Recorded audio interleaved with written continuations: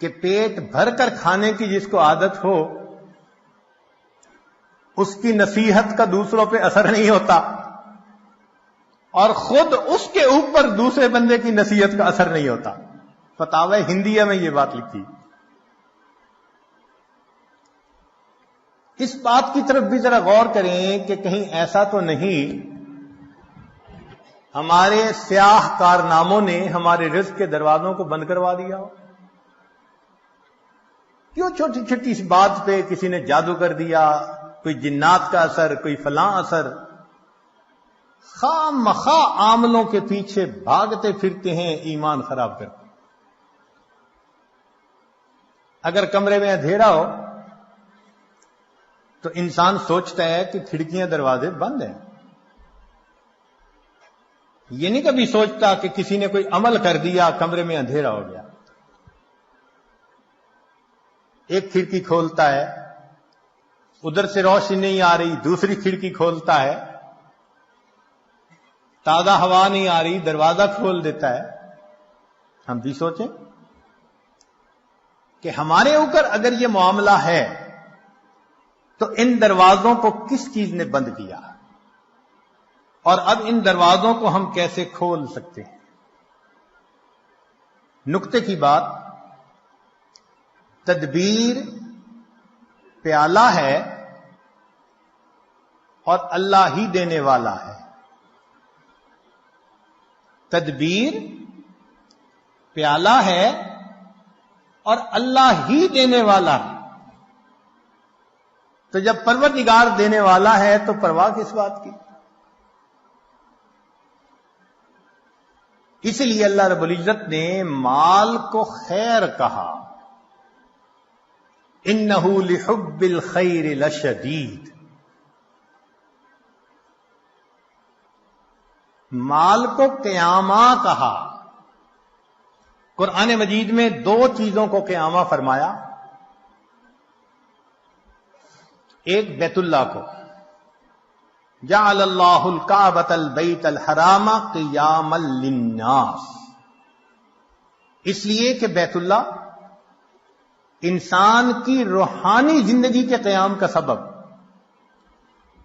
اور مال کو قیامہ کہا، وَلَا تُؤْتُوا السُّفَهَاءَ أَمْوَالَكُمُ الَّتِي جَعَلَ اللَّهُ لَكُمْ قِيَامًا، یہ انسان کی جسمانی زندگی کے قیام کا سبب۔ اور آج کے دور میں مال انسان کے ایمان کے لیے ڈھال ہے۔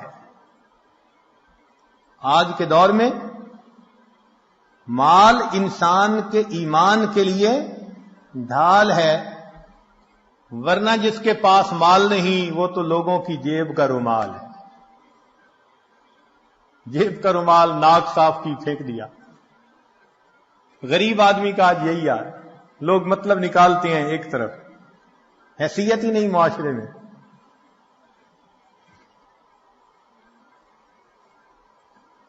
رزق کے معاملے میں دو باتیں اہم ہیں۔ ایک تو یہ کہ رزق بھی انسان کو تلاش کرتا ہے، موت بھی انسان کو تلاش کرتی ہے، مگر رزق موت سے زیادہ تیز رفتار ہے، موت سے پہلے بندے تک پہنچتا ہے۔ اور دوسری اہم بات کہ سود کا کام کرنے سے انسان اللہ کا دشمن بنتا ہے، اللہ سے جنگ کرتا ہے۔ جو چٹان سے سر مارے گا سر ہی پھوڑے گا، جو اللہ سے جنگ کرے گا اپنی تباہی کا خود ذمہ دار ہے۔ ظاہر آنکھ کیوں دیکھتی ہے؟ بینک سے قرضہ لے لو، بزنس اچھا چلے گا۔ ان بینک کے قرضوں کے پیچھے ہم نے ہزاروں کو بینک رپٹ ہوتے ہوئے دیکھا ہے۔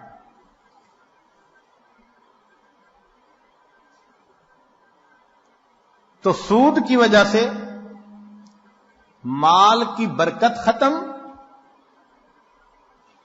اور زکوٰۃ کے ادا کرنے سے مال کی برکت شروع.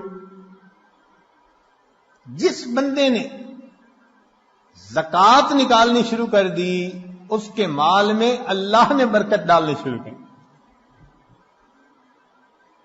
اور برکت کس کو کہتے ہیں کہ وہ رزق انسان کے لیے کافی وافی شافی ہو جاتا ہے, غیروں کے سامنے ہاتھ نہیں پھیلانے پڑتے.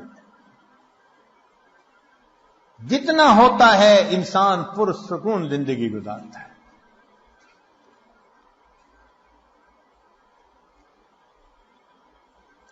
آج کے دور کا سب سے بڑا فتنہ یہی, یا لیت لنا مثل ما اوتی قارون, اے کاش ہمیں بھی وہ ملتا جو قارون کو ملا تھا.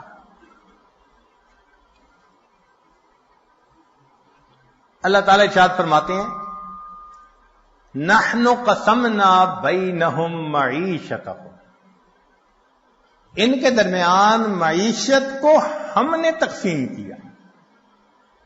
تو مومن اللہ کی تقسیم پہ راضی رہے. اپنی طرف سے پسینہ بہائے وہ ہماری ذمہ داری ہے. اس کے بعد دال ساگ بھی مل جائے تو اللہ کا شکر ادا کرے. داؤد علیہ السلام کو فرمایا گیا کہ اے داؤد, اگر تجھے کھانے میں کبھی سڑی ہوئی سبزی ہی مل جائے تو سبزی کو نہ دیکھنا, اس بات کو دیکھنا کہ میرے پروردگار نے جب رزق کو تقسیم کیا تو میں اسے یاد تھا. بھیجنے والا تو وہ ہے نا, اس نے یاد رکھا. اس سے بڑی اور کیا بات ہو سکتی.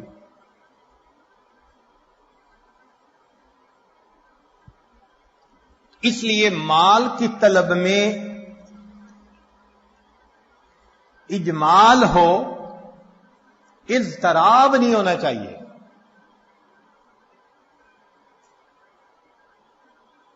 ایسے نہ ہو کہ انسان دوسرے کی جیب کی طرف دیکھ رہا ہو کہ یہ تو خود نکال کے دے دے ورنہ میں اس کا گریبان پکڑ کے اس سے چھین لوں. اللہ پہ توکل کریں گے تو اللہ تعالیٰ اتنا دیں گے کہ آپ بس بس کریں گے. چنانچہ مال سے ہر کام دنیا کا نہیں سنورتا. آج جتنے مال والے زیادہ اتنے پریشان زیادہ, اتنے بیمار بھی زیادہ. مال سے انسان اینک تو خرید سکتا ہے, بہنائی تو نہیں خرید سکتا. مال سے انسان اچھی غذا تو خرید سکتا ہے, اچھی صحت کو تو نہیں خرید سکتا. مال سے انسان اچھے کپڑوں کو تو خرید سکتا ہے, خوبصورتی کو تو نہیں خرید سکتا. مال سے انسان دوائیاں تو خرید سکتا ہے, صحت کو تو نہیں خرید سکتا. اور مال سے انسان جسم کو تو خرید سکتا ہے, کسی کے دل کی محبت کو تو نہیں خرید سکتا. کتاب کو تو خرید سکتا ہے, علم کو تو نہیں خرید سکتا. تو دنیا میں بھی مال سے ہر کام نہیں ہوتا. اس لیے جتنا اس کا مقام ہے اس کو وہیں پہ رکھا جائے. اللہ تعالی ارشاد فرماتے ہیں, وَمَا خَلَقْتُ الْجِنَّ وَالْإِنسَ إِلَّا لِيَعْبُدُونِ, کہ انسانوں اور جنوں کو عبادت کے لیے پیدا کیا. مَا أُرِيدُ مِنْهُمْ مِنْ رِزْقٍ وَمَا أُرِيدُ أَنْ يُطْعِمُونِ, ان سے روزی کموانا تو نہیں چاہتے. ہم نہیں چاہتے کہ گدھے کی طرح صبح سے لے کے شام تک جتا رہے اور نمازوں کی ہوش ہی نہ ہو. مقصد کو مقدم کرنا چاہیے.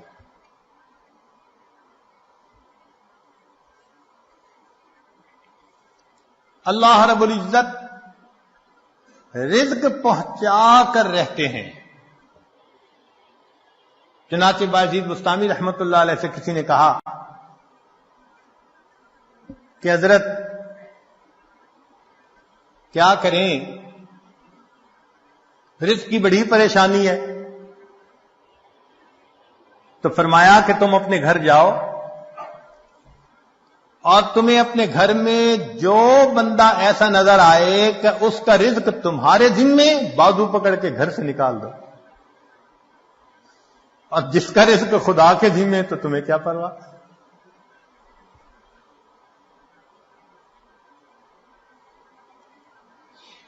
باجید بستامی رحمت اللہ علیہ فرماتے تھے اگر اللہ تعالیٰ ساری مخلوق کو میری عیال بنا دے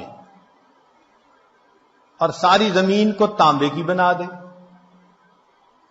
اور آسمان سے ایک قطرہ بھی بارش کا نہ ٹپکے، مجھے اتنے عیال کی روزی کی پریشانی نہیں، میرا مولا روزی پہنچا دے گا. ایسا یقین تھا ہمارے بزرگوں کو اللہ رب العزت کی ذات پر.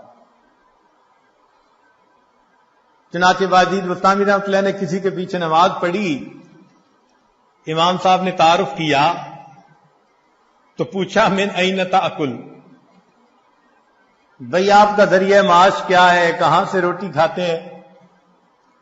تو باجید بستامی رحمۃ اللہ نے جواب دیا اصبر، صبر کرو، حتی اعید الصلاۃ التی صلیتها خلفک، میں وہ نماز لوٹا لوں جو تیرے پیچھے پڑی ہے، حیث شککت فی رازق المخلوقین، اس لیے کہ تجھے مخلوق کے رزق دینے والے کے اندر شک ہو گیا ہے.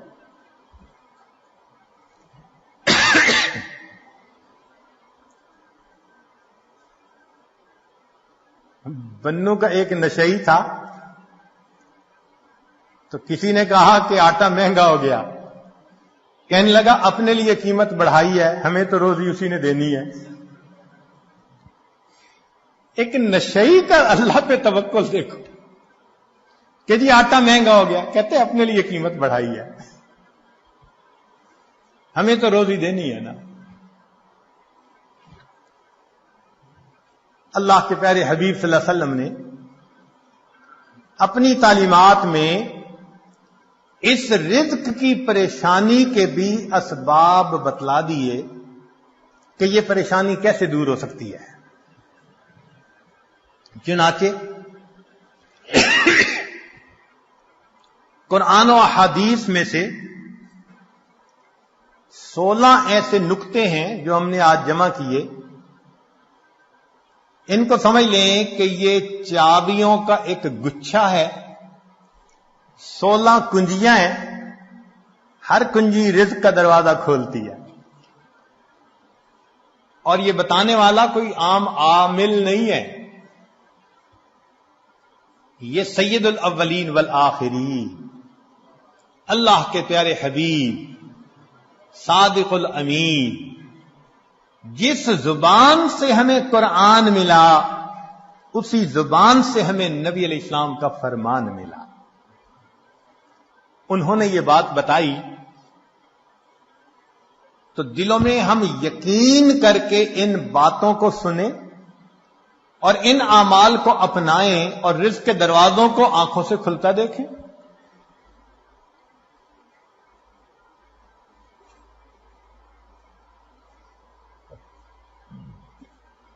رزق کی پہلی کنجی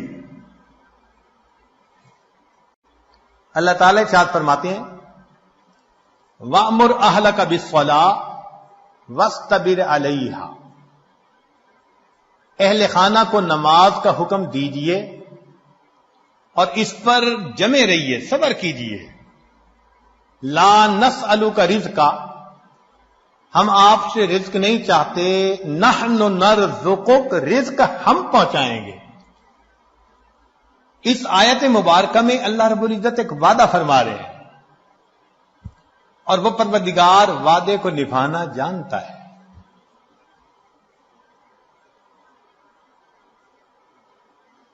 تو معلوم ہوا کہ جس گھر کے سب مرد عورتیں اہتمام کے ساتھ نماز پڑھیں، ایک ہوتی ہے گنڈے دار نماز،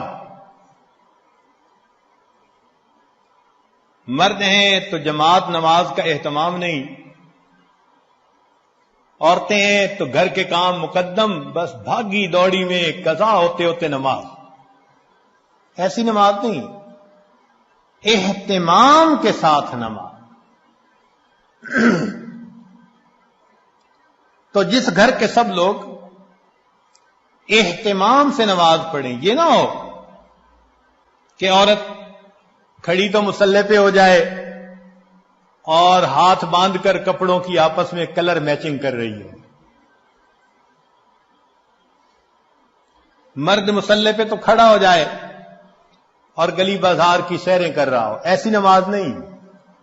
نماز پڑھے جیسے نماز دھیان توجہ کے ساتھ پڑھنی چاہیے. کوشش تو کرے نا اپنی طرف سے دھیان جما کر پڑھنے کی. کوشش پر اللہ کی طرف سے اجر عطا ہوتا ہے. دنیا میں نتائج پر اجر ملتا ہے کہ یہ اچیو کر کے دکھاؤ تب تمہیں یہ ملے گا. اللہ فرماتے ہیں کوشش کر کے دکھاؤ. چنانچہ حدیث پاک میں آتا ہے کہ جو شخص اپنے بھائی کی حاجت براری کے لیے اس کے ساتھ چل پڑتا ہے، اللہ 10 سال کے نفلی اعتکاف کا ثواب عطا فرما دیتا. یہ تو نہیں کہا کہ کام کرواؤ بھائی کا، نہیں، یہ اس اللہ رب العزت کی رحمتوں کی انتہا ہے. فرمایا کہ منزل تک پہنچنا تو تمہارے بس میں نہیں ہے نا، یہ تو مقدر کا معاملہ. ہم تو یہ دیکھیں گے قدم کون اٹھاتا ہے، چلتا کون ہے. تو نماز صحیح اہتمام کے ساتھ پڑھنے کی کوشش کریں، برکتوں کے دروازوں کو کھلتا دیکھیں. میرے مالک نے فرما دیا نحن نرزقک، ہم رزق دیتے ہیں. چنانچہ آپ گھر کے ہر چھوٹے بڑے کو نماز کا اہتمام سکھائیے، رزق ملنے کی قسم یہ عاجز کھا سکتا ہے.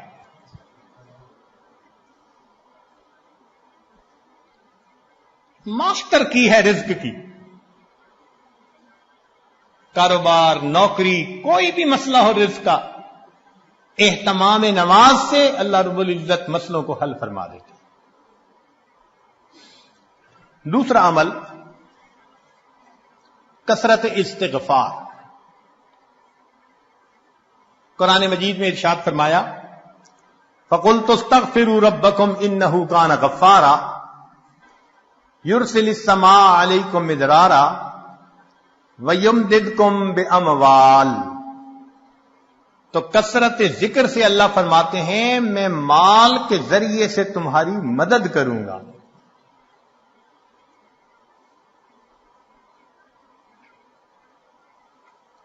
ایک اور حدیث پاک میں ہے من اکثر من الاستغفار جعل اللہ له من كل هم فرجا ومن كل ضيق مخرجا ورزقه من حيث لا يحتسب.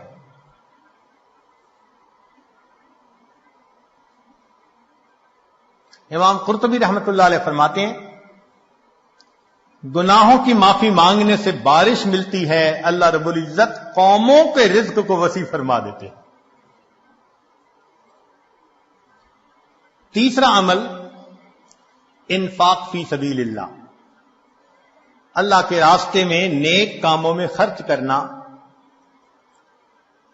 چنانچہ اللہ رب العزت ارشاد فرماتے ہیں وما انفقتم من شیء فهو یخلفہ. تم اللہ کی راہ میں جو خرچ کرو گے اس کا بدلہ مل کر رہے گا، ریٹرن مل کر رہتا ہے. یہ نہیں ہو سکتا کہ اللہ کے راستے میں خرچ کرو اور ملے نہ اس کے بدلے. یہ جو انفاق ہے یہ لفظ بنا نفق سے. نفق کہتے ہیں سرنگ کو، اور سرنگ میں انسان ایک طرف سے داخل ہو کر نکلتا ہے پھر دوسرا داخل ہو سکتا ہے. تو فرمایا کہ تمہارے پاس جو پہلا رزق ہے اس کو نکالو گے تو دوسرا آئے گا نا.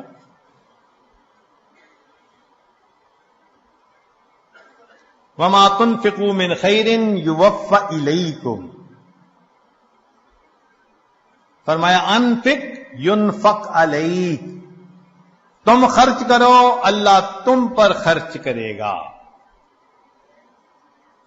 عبداللہ ابن عمر اللہ عنہ فرمایا کرتے تھے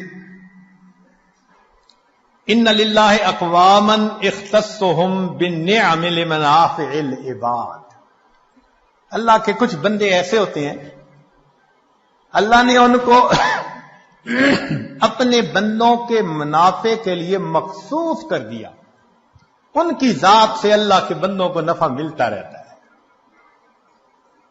یہ ان کا چارٹر آف ڈیوٹی ہوتا ہے، جو ان کو ملتا ہے وہ ان کے اپنی ضرورت کے لیے صرف نہیں ہوتا، وہ دوسروں تک پہنچانے کے لیے ہوتا ہے۔ جو ڈاکیا ڈاک پہنچاتا رہے اس کی ترقی ہوتی رہتی ہے، اور جو ڈاک نہ پہنچائے تو اسے اپنی نوکری سے معزول کر دیتے ہیں۔ چنانچہ کتنے لوگوں کو آپ نے دیکھا ہوگا کہ بڑا اچھا کام چلا، کاروبار چلا، پھر یکدم ٹھپ۔ وجہ کیا بنی؟ کہ جو ملا تھا وہ سارا ان کا نہیں تھا، اس میں اللہ کے لیے خرچ کرنا تھا، مسکینوں پر، بیواؤں پر، طلباء پر، دین کے راستے میں، فلاحی کاموں میں۔ یہ خزانے کے سانپ بن کر بیٹھ گئے، بینک بیلنس چیک کرتے ہیں، آج اتنے ملین اور آج اتنے ملین، اوپر سے ڈاکانی بند ہو گئی۔ کہتے ہیں جی ایک وقت تھا مٹی کو ہاتھ لگاتے تھے سونا بنتی تھی، حضرت صاحب آج تو سونے کو ہاتھ لگائے مٹی بنتا ہے، کسی نے کچھ کر دیا ہے؟ جی بالکل آپ نے خود ہی تو کیا ہے۔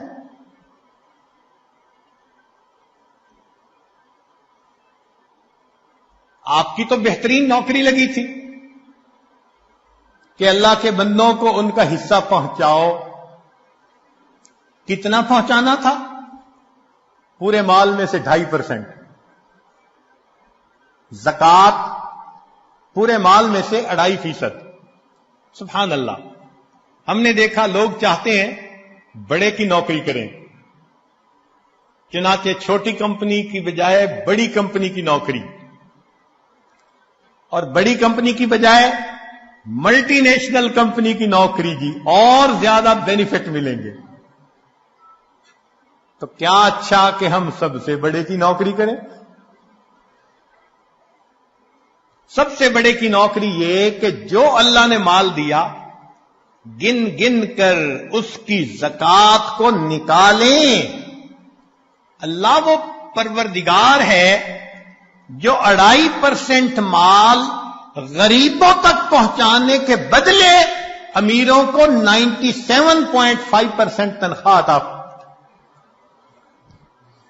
اتنا بڑا کوئی پے کرنے والا مالک دیکھا جو 97.5% تنخواہ پے کرے؟ یہ تمہاری تنخواہ ہے، اور ڈیوٹی اتنی ہے کہ 2.5% تم میرے جو محتاج بندے ہیں، ضرورت مندے ہیں، یہ تنخواہ ان تک پہنچائے۔ اب جو 2.5% کو بھی لے کے بیٹھ جائے تو پھر اس کی بجائے اللہ تعالیٰ رزق کسی اور کے ذریعے سے پہنچا دیں گے۔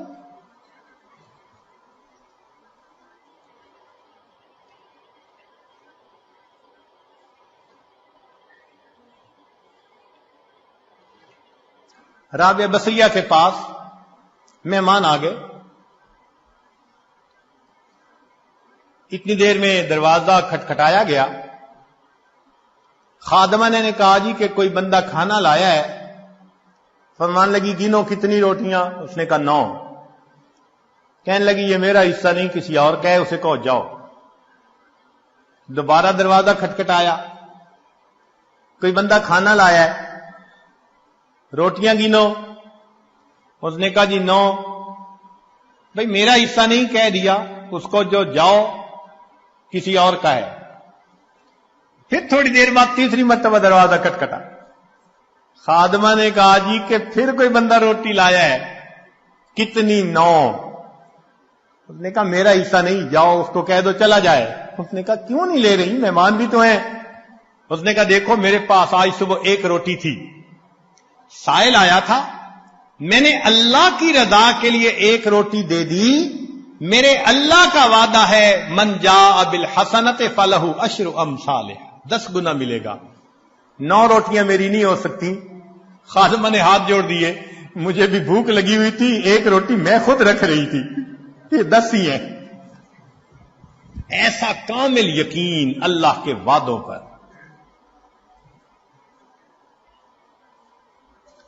حبیب اجمی رحمت اللہ علیہ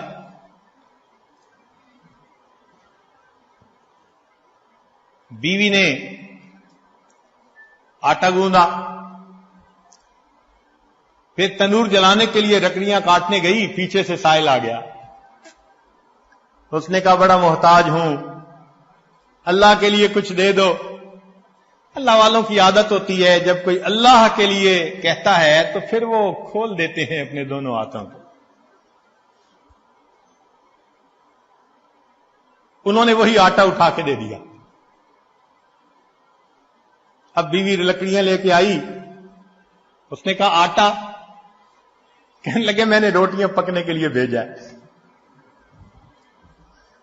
میں نے روٹیاں پکنے کے لیے بھیجا ہے۔ ابھی ان کی بیوی نے چولہے میں آگ پوری نہیں جلائی تھی کہ اتنے میں دروازہ کھٹکھٹایا۔ بیوی نے پوچھا کون؟ کہنے والے نے روٹیاں بھی دے دی، سالن بھی دے دی۔ تو بیوی نے آ کر کہا کہ تم نے جہاں روٹیاں پکنے بھیجی تھی، پکانے والے نے سالن بھی ساتھ بھیج دیا ہے۔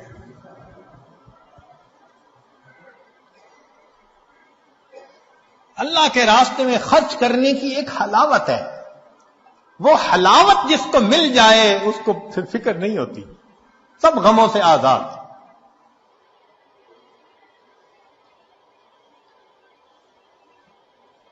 رزق کی کشائش کے لیے اگلا نسخہ دین کی خاطر ہجرت کرنا۔ اللہ رب العزت فرماتے ہیں وَمَن يُهَاجِرْ فِي سَبِيلِ اللَّهِ يَجِدْ فِي الْأَرْضِ مُرَاغَمًا كَثِيرًا وَسَعَةً، جو اللہ کے راستے میں ہجرت کرے اسے جائے پناہ بھی ملے گی، رزق میں وسعت بھی ملے گی۔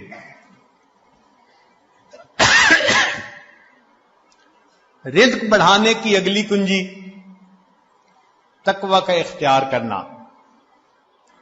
ارشاد باری تعالی ہے وَلَوْ أَنَّ أَهْلَ الْقُرَىٰ آمَنُوا وَاتَّقَوْا لَفَتَحْنَا عَلَيْهِمْ بَرَكَاتٍ مِّنَ السَّمَاءِ وَالْأَرْضِ، اگر یہ بستی دیسوں والے ایمان لاتے، تقوی کو اختیار کرتے، ہم آسمان اور زمین سے برکتوں کے دروازے ان پر کھول دیتے۔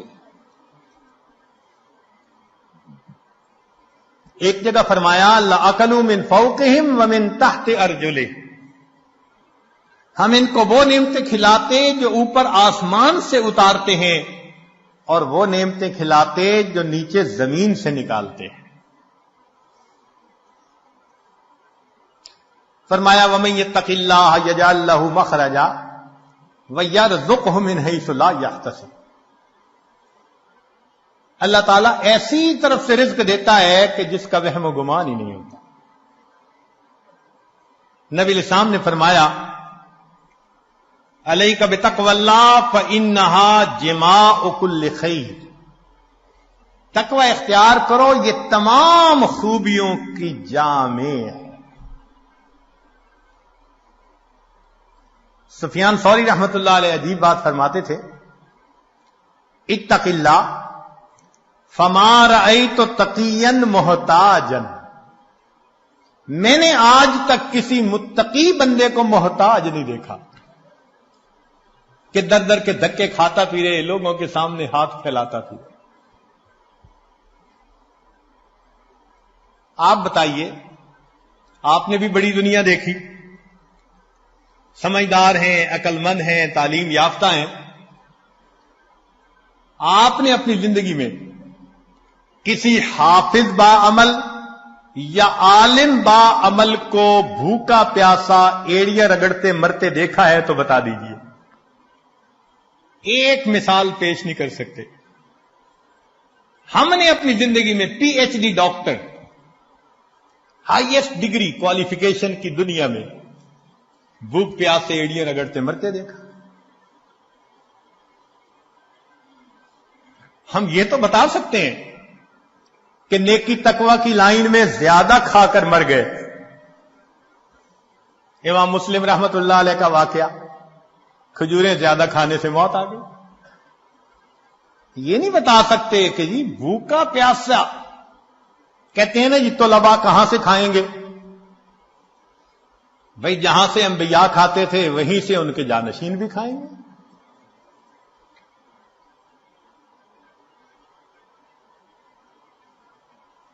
تو موٹی سی بات ہے کہ رزق اللہ دیتا ہے، تقوی کی وجہ سے اللہ رزق کے دروازے کھول دیتے ہیں. پانچویں بات، کثرت عبادت. حدیث مبارکہ، ابن آدم تفرغ لعبادتی املأ صدرک غنا واسد فقرک. اے اولاد آدم، تو اپنے آپ کو میری عبادت کے لیے فارغ کر، میں تیرے سینے کو غنا سے بھر دوں گا، تیرے فقر کو بند کر دوں گا. کتنے کھلے اور صاف لفظوں میں، لاؤڈ اینڈ کلیئر بتایا جا رہا ہے، عبادت کرو، ہم تمہارے فاقے کے راستے بند کریں گے، تمہیں غنا عطا فرما دیں گے. اس کی مثال یوں سمجھیے کہ ہم نے عام گھوڑے کی قیمت کا ایک دفعہ پتہ کیا تو 20 سے 25 ہزار میں گھوڑا مل جاتا ہے. اور ایک ہوتے ہیں دوڑ جیتنے والے گھوڑے، ان کی قیمت لاکھوں میں. ہمارے بہت قریبی چودھری صاحب فرمانے لگے جی ہمارے گھوڑے کی قیمت 25 لاکھ روپیہ لگی، ایک گھوڑے کی قیمت. تو عام گھوڑے 20,000، بھاگنے جیتنے کے مقابلے کرنے والے 25 لاکھ. اب اگر 25 لاکھ والے گھوڑے کے مالک کے پاس کوئی جائے، جی میری گدا گاڑی کا کچھ کام ہے، گھوڑا دے دو، میں نے گدے گاڑی میں استعمال کرنا ہے، تو وہ ہنس کے کہے گا تمہارا دماغ ٹھکانے ہے، دوڑ کا مقابلہ جیتنے والے گھوڑے کو گدے گاڑی میں باندھو گے. جس طرح دنیا دار انسان دوڑ کا مقابلہ جیتنے والے گھوڑے کو گدے گاڑی میں باندھنا پسند نہیں کرتا، اللہ کی قسم اللہ رب العزت دین پہ چلنے والوں کو دنیا کی گدے گاڑی میں باندھنا پسند نہیں فرماتے.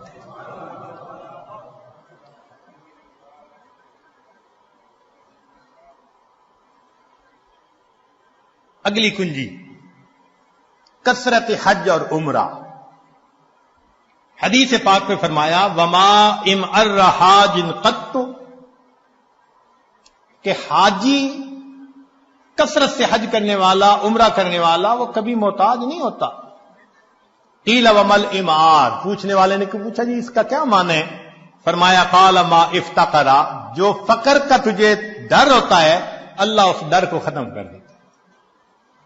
حدیث پاک میں ہے النفقۃ فی الحج کالنفقۃ فی سبیل اللہ الدرہم ب700، ایک درہم کے بدلے میں 700 درہم ملتے ہیں.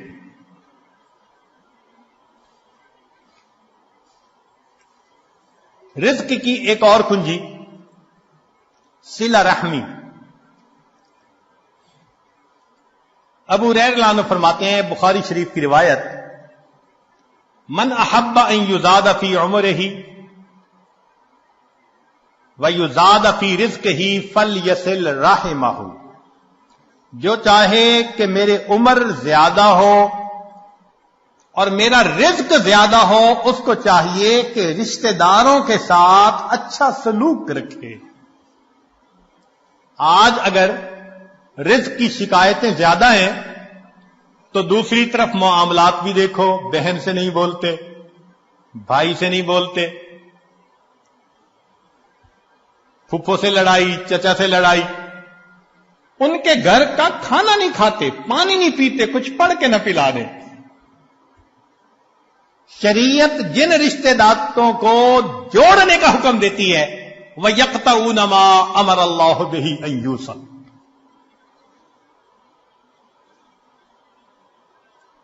جب ہم رشتے ناتوں کا خیال نہیں کریں گے تو پھر رزق کے دروازے تو خود بند کریں گے ہم. ہاں، اگر دین کا کوئی ایسا معاملہ ہے تو سلام دعا تو سب کے ساتھ رکھیے نا. سلام کرنا، حال احوال پوچھنا، یہ تو لازم ہے. زیادہ قرب کا تعلق رکھنا نہ رکھنا یہ بندے کا اپنا چوائس ہوتا ہے. ایک اور حدیث میں فرمایا من سرہ ان یمد لہ فی عمرہ، جسے یہ بات اچھی لگے کہ اس کی عمر بڑی ہو، ویوسع لہ فی رزقہ، اس کے رزق کو اللہ کھلا کر دے، وتدفع عنہ میتۃ السوء، اور اللہ اسے بری موت سے بچا لے، فلیتق اللہ ولیصل رحمہ، وہ اللہ سے ڈرے اور صلہ رحمی کرے، اللہ تعالیٰ تینوں انعام عطا فرما دیں گے. 8ویں بات، کمزوروں سے حسن سلوک. اللہ تعالیٰ ارشاد فرماتے ہیں لعلکم ترزقون بضعفائکم، کہ جو تم میں سے کمزور ہوتے ہیں نا ان کی وجہ سے تمہیں رزق ملتا ہے اور تم ان پر خرچ کرتے ہوئے پریشان ہوتے ہو. سچی بات تو یہ ہے کہ رب کریم نے ارشاد فرما دیا وَلَوْ يُؤَاخِذُ اللَّهُ النَّاسَ بِمَا كَسَبُوا، اگر اللہ تعالی عملوں کے اوپر پکڑ فرماتا ما ترک علی ظہرہا من دابہ، زمین کے اوپر کوئی جاندار نہ باقی بچتا. ہمیں جو مل رہا ہے وہ کون سا ہمارے اپنے اعمال کی وجہ سے؟ کیا پتا فقیر کی دعا لگ گئی ہو، کمزور کی دعا لگ گئی ہو، ہم نے کسی کو مورل سپورٹ دی اس کی دعا لگ گئی، کسی کے غم میں اس کا ساتھ دیا اس کی دعا لگ گئی. خوبصورتی دیکھیے دین اسلام کی. آج کون ہے جو یہ کہہ سکے جی کہ ہمیں دین یہ تعلیم دیتا ہے کہ تم اپنے کمزوروں کا خیال رکھو. اگلا عمل، اللہ پہ توکل. وَمَن يَتَوَكَّلْ عَلَى اللَّهِ فَهُوَ حَسْبُهُ،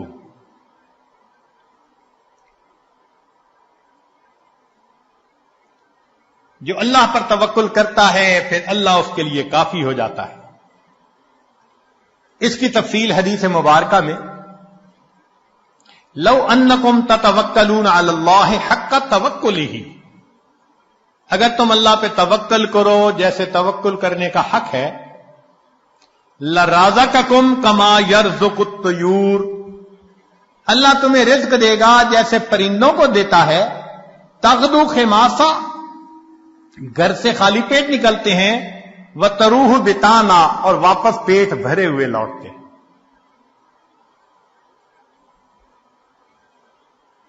اگلا عمل، اللہ کی نعمتوں کا شکر ادا کرنا. چنانچہ فرمایا لا یرزق اللہ عبدا الشکر فیحرمہ الزیادہ لأن اللہ یقول لئن شکرتم لأزیدنکم. جس بندے کو شکر کی توفیق مل جائے اس کا رزق کم نہیں ہوتا، چونکہ اللہ کا وعدہ ہے کہ جو شکر ادا کرتا ہے میں اس کے رزق کو، اس کے نعمتوں کو اور زیادہ کر دیتا.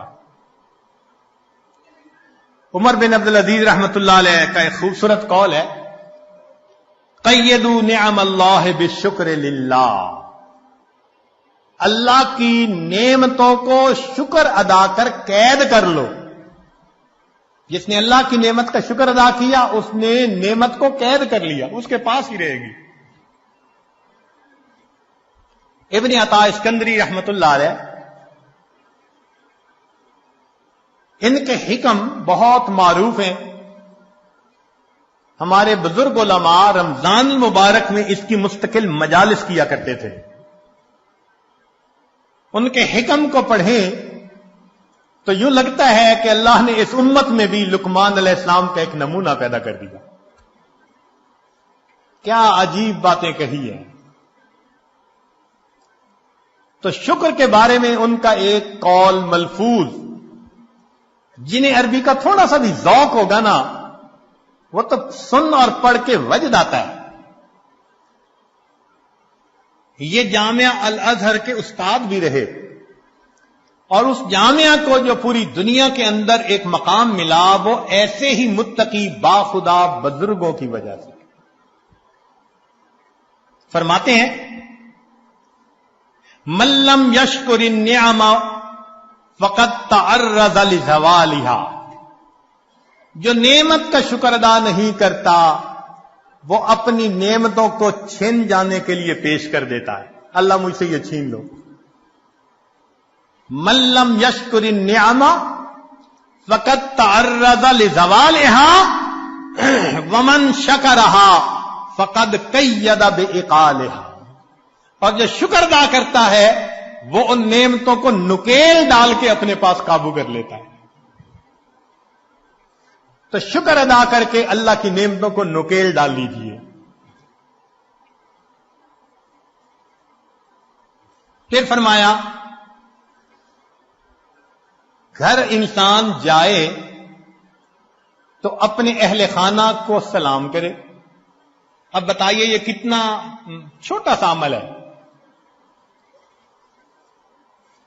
حدیث پاک میں ہے، نبی اسلام نے فرمایا ثلاثۃ کلہم ضامن علی اللہ، تین ہیں جن کی ضمانت اللہ نے لی. ان عاش رزق وکفا، اگر وہ زندہ رہے گا اللہ رزق دے گا جو اس کے لیے کافی ہوگا. ان تین میں سے ایک بندہ رجل داخل بیتہ بسلام، جو اپنے گھر میں داخل ہو اپنے اہل خانہ کو سلام کرے. یہ کتنا چھوٹا سا عمل ہے. اب بتائیے کہ اس عمل پر رزق کا دروازہ کھلنے کے وعدے، اور ہوتا کیا ہے؟ دفتر میں بڑے مزے سے دوستوں میں کھل کھلا کے ہنس رہے ہیں، گھر میں قدم رکھا اور پارا ہائی. خود کہتے ہیں حضرت پتہ نہیں کیا ہوتا ہے، گھر آتا ہوں پارا چڑھ جاتا ہے. یہ آگ شیطانیت ہے، تو شیطان تمہارے اوپر سوار ہو جاتا ہے. اس کو گدھا ملا ہوا ہے، لہذا گھر میں داخل ہونے سے پہلے وہ گدھے پہ چھلانگ مار کے بیٹھ جاتا ہے.